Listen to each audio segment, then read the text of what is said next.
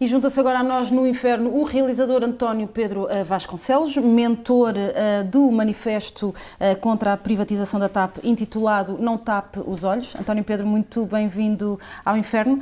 Vamos falar um bocadinho deste novo manifesto, enfim, este manifesto que surgiu agora, por altura, agora que se discute a questão da privatização da TAP.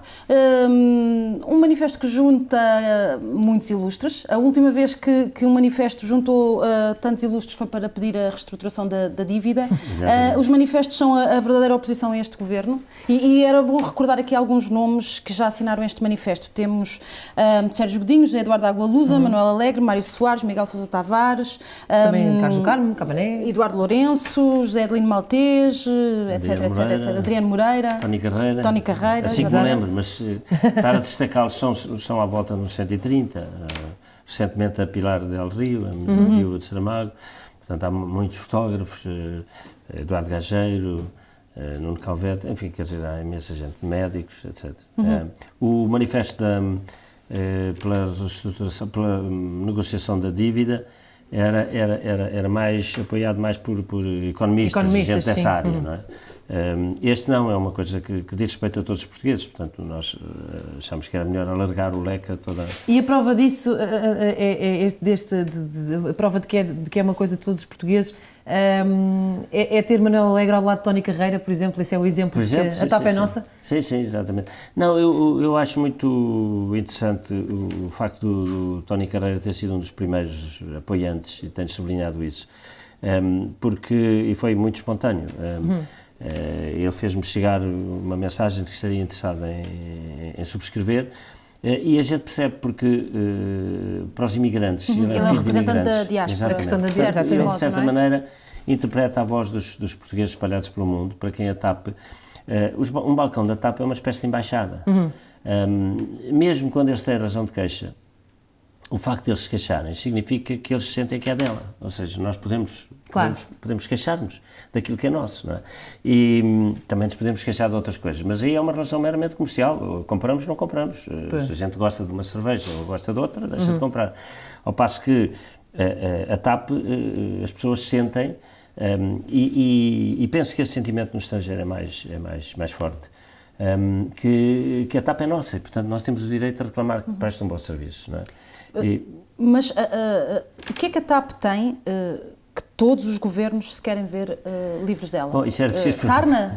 Piolhos? Não, quer dizer, bom, atenção, eu acho que os governos que querem ver livre dela são governos post-queda do Muro de Berlim, ou seja, depois do Muro de Berlim há uma digamos assim, uma deriva, uma ofensiva neoliberal que tomou conta do mundo e particularmente da América, se espalhou até à Europa e, portanto, é a partir daí que a ideia de que, digamos, o Estado, o chamado Estado Social, que se construiu na Europa a seguir à guerra, isto é importante que se perceba, até à queda do Muro de Berlim ou à queda da União Soviética, foi uma coisa que foi muito importante, que serviu de tampão entre o comunismo e o capitalismo. Portanto, a partir do momento em que o comunismo colapsa, deixou de haver interesse, quer dizer, repare, para uma empresa, uma grande empresa da Wall Street, enquanto houver um português ou um europeu que possa ir por o seu pé ao hospital e independentemente de ter dinheiro ou não ter, ser atendido, enquanto houver um português que possa meter os filhos numa escola pública,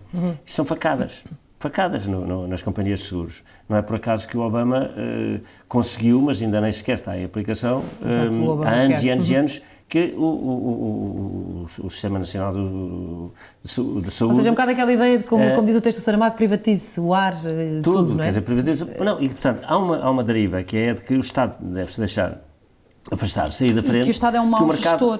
Bom, o que é extraordinário é que esse mito de que o Estado é mau gestor é um mito repetido numa altura em que os privados, repare, só em Portugal, BPN, BPP, BES... deram provas da sua máquina agora a PT. Quer dizer, portanto, é extraordinário que não haja pudor em fazer uma afirmação dessa. Além de que, repare, os privados A lógica deste governo, particularmente, é de privatizar tudo. E, portanto, a partir daqui, os portugueses podem legitimamente perguntar-se, então, para que é que servem os impostos? Eu pago impostos Exato. para ter serviços públicos. Provavelmente é para servir de argumento para baixar os impostos, não é? Para este governo seria mas é que argumento os para... impostos aumentam e vendemos tudo. Nós já só nos fica praticamente a TAP, é talvez a joia da coroa neste momento. E depois, os argumentos são, no caso dos CTTs, é porque dava lucro. Exato. Era apetecível.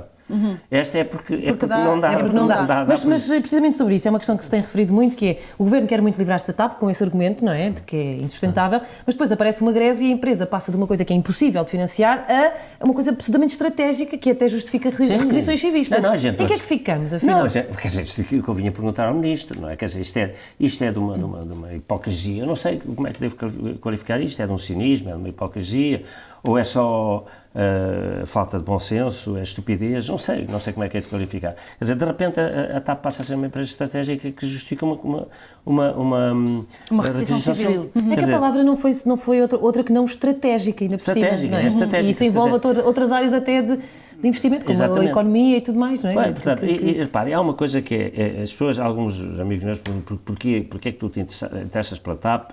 Eu já me envolvi. Sim, nós também gostávamos... Ora, bom, temos o realizador António Pedro Vasconcelos a falar sobre isso. O cidadão também, mas o realizador. Claro. Eu comecei por me envolver na privatização da RTP e criei um movimento contra a privatização da RTP. Acho que dei o meu contributo para que isso parasse. É evidente que o Governo tem outras armas para destruir a RTP, neste momento está a destruí-la. Portanto, se ninguém lhe acudir, a RTP está em risco de acabar. E agora interessei-me pela... Não é que eu não me interessasse pelas outras coisas, mas estava ocupado a fazer um filme, por exemplo, quando foi dos CTTs, mas eu penso que nós portugueses, temos de perceber uma coisa, nós temos uma arma única no mundo e uma posição estratégica no mundo também única. Nós somos um pequenino país, mas temos uma arma única que é a língua.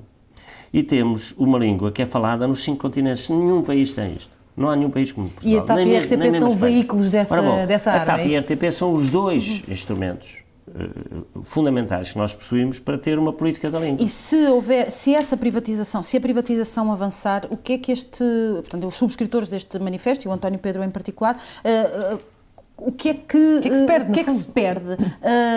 Quer dizer, vamos ter que ir a Madrid para apanhar um avião para o Brasil? Há um risco. Pode acontecer. Há vários riscos aqui. Um dos riscos é esse, é do hub de Lisboa. Passar para. Não interessa, porque um privado tem legítimos interesses que não são necessariamente os interesses do país, estratégicos do país. Mas também não pode passar por cima desses interesses, porque isso também vamos lá ver.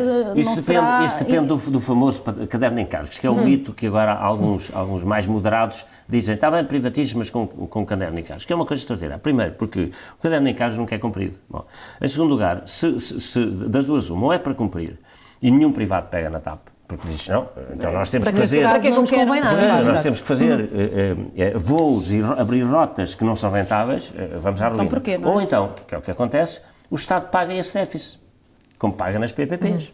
Portanto, perde o lucro e fica com o prejuízo. O Estado paga o prejuízo, como aconteceu nos caminhos de ferro em Inglaterra, como aconteceu sempre que há privatizações. Mas existe neste momento estas rotas, António Pedro, ou seja, há rotas que neste momento acontecem quase por uma questão de serviço público? Com certeza. De que rotas estamos a falar, por exemplo? Estamos a falar das rotas, por exemplo, os Açores e a Madeira são as mais óbvias, não é?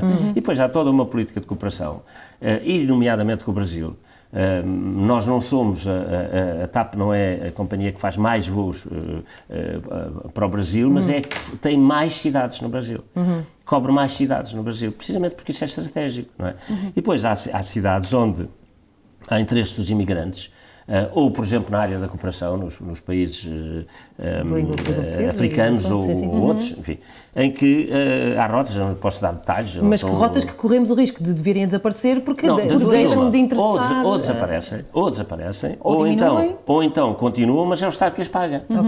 Porque nenhum privado diz, então, mas vocês obrigam-me, ou então há um caderno de encargos, que é a contrapartida de ficarem com... E a TAP deixa de ter valor. E além disso, convinha explicar, há aqui várias mentiras, isto é uma impostura, é uma coisa, uma vigarice, o que nos andam a vender. Há aqui várias coisas, e uma delas, por exemplo, é de que a TAP tem neste momento um déficit que, em grande parte, vem de negócios ruinosos que foi obrigada a fazer. E o mais luminoso deles todos foi a compra da VEM, ou VEM, como quiserem chamar, que era a empresa de manutenção no Brasil. Quando a Varig faliu, a TAP comprou, que era uma empresa falida e que custou à volta de 900 milhões de euros, que acabou de pagar há pouco tempo. Portanto, isso é uma das razões do E que será isso a razão... O grande culpado, não é? É um grande, mas há outras razões, mas que têm todas a ver com imposições de compras, etc. E são coisas como essas que justificam que, por exemplo, a TAP tenha pedido um empréstimo agora de 250 milhões para sobreviver até à venda, ou seja, porque temos isso, mas depois temos também um outro lado da TAP. Precisará de um pouco mais. Mas sem privatização, exato. Onde é que se arranja este dinheiro? Esta é que é a grande questão. Faz-se um crowdfunding? Mas desculpa lá, mas para que é que ainda ontem ou anteontem o Ministro da Saúde anunciou que o Estado ia injetar 450 milhões na saúde pública. Mas é para isso que a gente paga o nosso imposto. Depois o problema é saber se as empresas públicas são bem geridas, ou seja, se não esbanjam dinheiro, são com rigor. Isso é outro tipo de... Mas para além de que há também limitações aos Estados a injetarem dinheiro nas companhias aéreas. É claro que a Comissão Europeia também já veio desfazer um pouco esse mito. É uma desculpa. É uma desculpa de mau vendedor. Repare, como foi com os telas de Viana? Foi a mesma coisa. Quer dizer, este governo está ao serviço de uma lógica, que é a lógica de entregar aos interesses privados e nomeadamente estrangeiros, porque também não se acotela isso. Mesmo os Estados Unidos, que são dados como um país ultraliberal, não é? As companhias aéreas são, efetivamente, privadas, mas não podem ser vendidas a estrangeiros, por exemplo. Portanto, há determinadas imposições que os Estados têm que ter para manter os seus interesses, que são os interesses legítimos, os interesses de soberania, os interesses de defesa, os interesses da cooperação, os interesses da coesão nacional e, no caso português, que é o único no mundo, repito, nós podemos passar de ser um país, graças à TAP e graças a... Se nós tivermos a TAP a funcionar como deve ser e a RTP a funcionar como deve ser, nós podemos ter uma política da língua. E a política da língua não é apenas uma coisa porque é muito bonito ler o Camões. Não, é uma arma estratégica, até como uma alavanca de negócios. Para terminar, António, só para dizer isto, nós podemos passar de ser um país periférico, que é o que nós somos, para um país central. Não sei, quer dizer, se nós formos um país sem este tipo de relações, nós somos um país periférico na Europa, pobre, periférico. Se tivermos esta política da língua, ou da lusofonia, como outros se chamam, nós passamos a ser central, porque estamos no centro, quer a oeste, quer a leste, não é? Porque nós estamos presentes em todos os continentes. E, portanto, não perceber isto, ou perceber isto e pura e simplesmente descurar completamente o interesse público, o interesse, e demitir-se da função para que as pessoas são eleitas, que é para, de facto, gerir os interesses públicos, não é? Quer dizer, é uma coisa que eu acho que é... Muito bem. Enfim, eu ia usar uma palavra um bocado dura, mas... Força, por favor. Não, acho que é criminoso. Acho que é criminoso do ponto de vista político e do ponto de vista económico. Do ponto de vista económico é uma coisa absolutamente criminosa. Muito obrigada, António Pedro Vasconcelos, um dos mentores deste manifesto Não Tape os Olhos.